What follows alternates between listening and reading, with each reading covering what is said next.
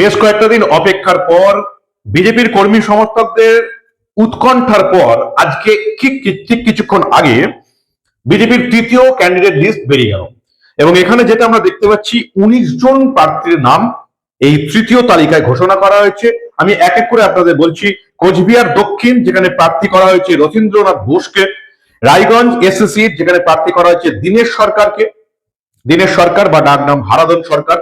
ইসলামপুরে প্রার্থী করা হয়েছে চিরজিৎ রয়কে। হেমতাবাদে প্রার্থী করা হয়েছে হরিপদ বর্মনকে। ইংলিশ বাজার অম্লান ভাদুরী।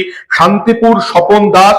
পানিহাটি রত্না দেবনাথ, অর্থাৎ পানিহাটি থেকে আমরা যেটা বলেছিলাম অভয়ার মাকেই প্রার্থী করা হবে, সেটাই কিন্তু হলো। পানিহাটি থেকে রত্না দেবনাথকে প্রার্থী করা হয়েছে। হাওড়া মধ্য বিপ্লব মন্ডল। উত্তরপাড়া দীপাঞ্জন চক্রবর্তীকে প্রার্থী করা হয়েছে। প্রাক্তন এনএসজি কমান্ডো, ইন্টেলিজেন্সে কাজ করেছেন, যাকে বিজেপিতে জয়েন করানো হয়, তাকে উত্তরপাড়া থেকে দীপাঞ্জন চক্রবর্তীকে প্রার্থী করা হয়েছে। যতটুকু আমরা শুনেছিলাম যে নদিয়ার কোন একটা আসন থেকে নাকি তাকে প্রার্থী করা হবে, নদিয়ার শান্তিপুর আসন থেকে নাকি তাকে প্রার্থী করা হবে, এমন একটা শোনা গিয়েছিল। তাকে উত্তরপাড়া থেকে প্রার্থী করা হলো। সিঙ্গুর থেকে প্রার্থী করা হয়েছে একেবারে আরএসএস এর খাস লোক অরূপ কুমার দাসকে। নিজে একজন ডাক্তার অরূপ কুমার দাস সিঙ্গুর থেকে প্রার্থী হয়েছেন। খুব ভালো সিদ্ধান্ত বিজেপির এটা। চন্দননগর থেকে প্রার্থী করা হয়েছে দীপাঞ্জন গুহকে। চুচুড়া থেকে প্রার্থী হয়েছেন সুবীর নাগ, হরিপাল মধুমিতা ঘোষ। তমলুক হরেকৃষ্ণ বেরা। মেদিনীপুর শঙ্কর গুছাইত। পূর্বস্থলী দক্ষিণ প্রাণকৃষ্ণ তপাদার, কাটোয়া কৃষ্ণা ঘোষ। সাঁইথিয়া কৃষ্ণকান্ত সাহা এবং নলহাটি থেকে প্রার্থী করা হয়েছে শ্রী অনিল সিংকে। এই হচ্ছে ১৯টা প্রার্থী তালিকা এবং বিজেপির ফলে আরেকটা চতুর্থ প্রার্থী তালিকা আসবে, এটা বলাই যায়। এবার সেই জিনিসটা বলবো যেটা আমার মুখ থেকে আপনারা শোনার জন্য অপেক্ষা করে থাকেন। এসআইআরে প্রথম সাপ্লিমেন্টারি লিস্ট, অর্থাৎ যে ৬০ লক্ষ নথি চেক করার কথা ছিল, তার মধ্যে প্রথম লিস্ট কিন্তু বেরিয়ে গেছে এবং সেখানে আপনারা জানেন প্রায় ৩২ লক্ষ মানুষের নাম নথি নাকি চেক করা হয়েছে। এবং সেখান থেকে ইলেকশন কমিশন সূত্রে এবং এই যারা নথি চেক করছিলেন বিচার বিভাগীয় অফিসার যারা আছেন, তারা যেটা বলছেন যে এই ৩২ লক্ষ যাদের নথি চেক হয়েছে তাদের মধ্যে নাকি ৪০% নাম বাতিল হয়ে গেছে।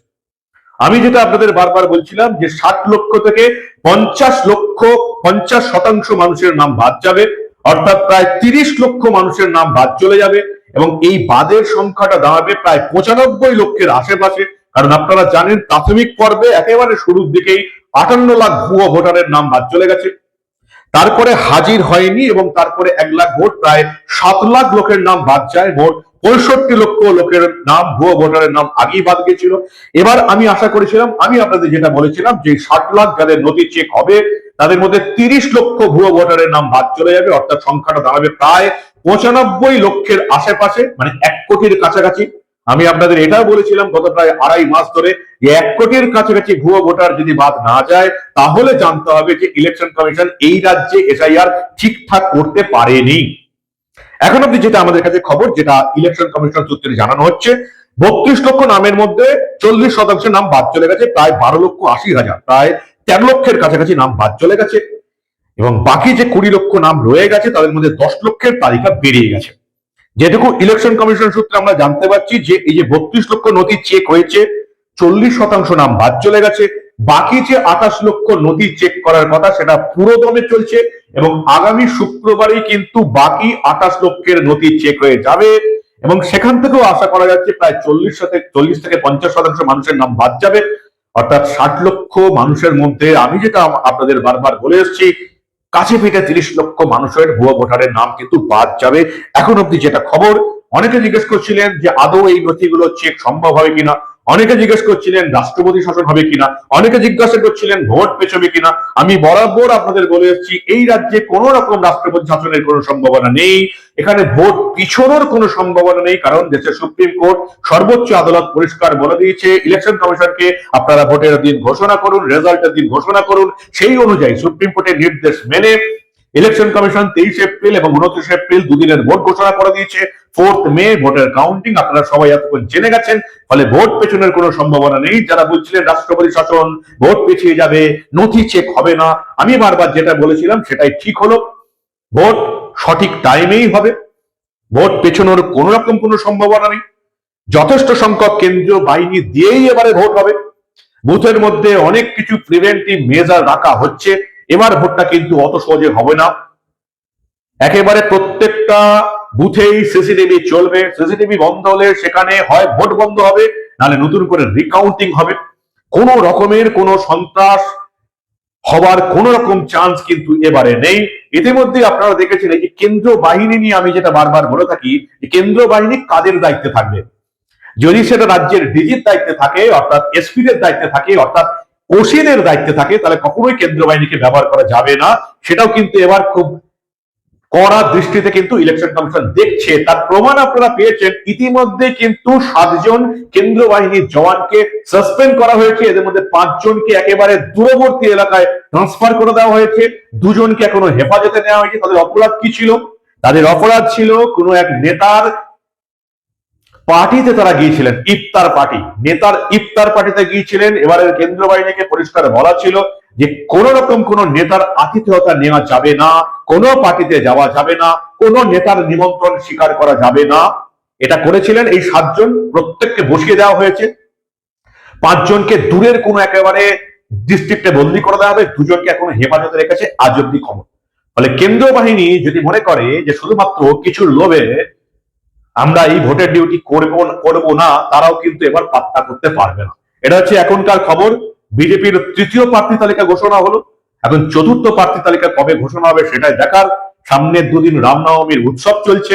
সমস্ত প্রার্থীরা যদি ঘোষণা হয়ে যেত, প্রার্থী যদি জানা যেত, তাহলে আর তারা আরো উৎসাহ নিয়ে রামনবমীর এই অনুষ্ঠান যোগদান করতে পারতেন। আশা করছি কালকের মধ্যে বিজেপির 4র্থ তালিকা বেরিয়ে যাবে, কারণ ইতিমধ্যে এই সমস্ত জায়গাগুলোতে তৃণমূল 10 দিন প্রচারে বেরিয়ে গেছে। ফলে আজকে যাদের নামের তালিকা বের হলো বা আগামীকাল যাদের নামের তালিকা বের হবে, যদি হয়, তাহলে কিন্তু তারা তৃণমূলের থেকে প্রচারে 10 দিন পেছিয়ে থাকবেন।